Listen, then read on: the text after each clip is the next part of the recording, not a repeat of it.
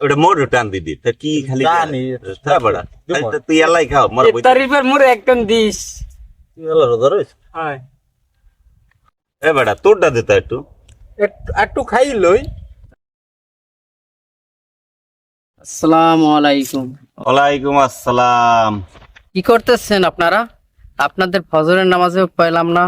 হুজুর ফজরে উঠতে পারেন এই জন্য নামাজ পড়িনি। এই যে একটা কথা বললেন, রমজান মাসে ফজরের নামাজ পড়তে উঠতে পারলেন না। হুজুর রোজাই তো রাখতে পারি না, তার কি ফজরের নামাজ পড়বো পান? রমজান মাসে রোজা রাখেন না, এটা কোন মুখ দিয়ে আপনারা বলেন?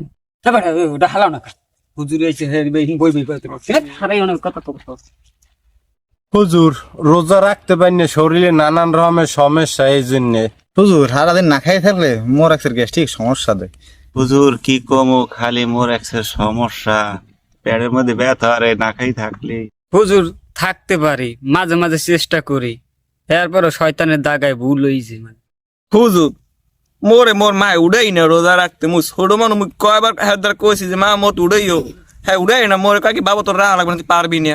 দেখেন, আপনারা এই একটা মাস রমজান মাস, তো এই এক মাসে আপনারা মন করেন সারা বছরই তো খান, সারা বছর আপনাদের গ্যাস্ট্রিক থাকে, কারো অসুখ থাকে, তো আপনারা এই অসুস্থ ঠিক আছে, কিন্তু এই রমজান মাসটা তো আর পাবেন না।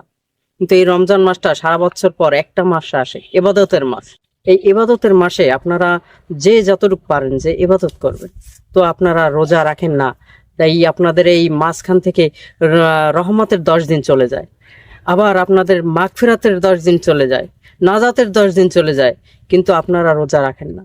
তো আপনারা রোজা রাখার চেষ্টা করবেন, কারণ জিয়া রোজা রাখলে আল্লাহ পাক খুশি হয়।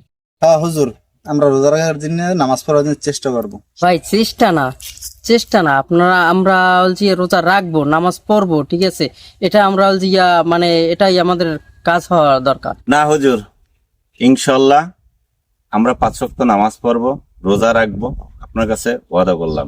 খুব খুশি হলাম আপনাদের কথা শুনে। আপনারা নামাজ পড়বেন, রোজা রাখবেন, আল্লাহ পাক হিদায়াত দান করুক। আমিন। আচ্ছা হুজুর একটু ফু দিয়ে দেন, দোয়া করে দেন যেন রোজা নামাজ পড়তে পারি ইনশাল্লাহ।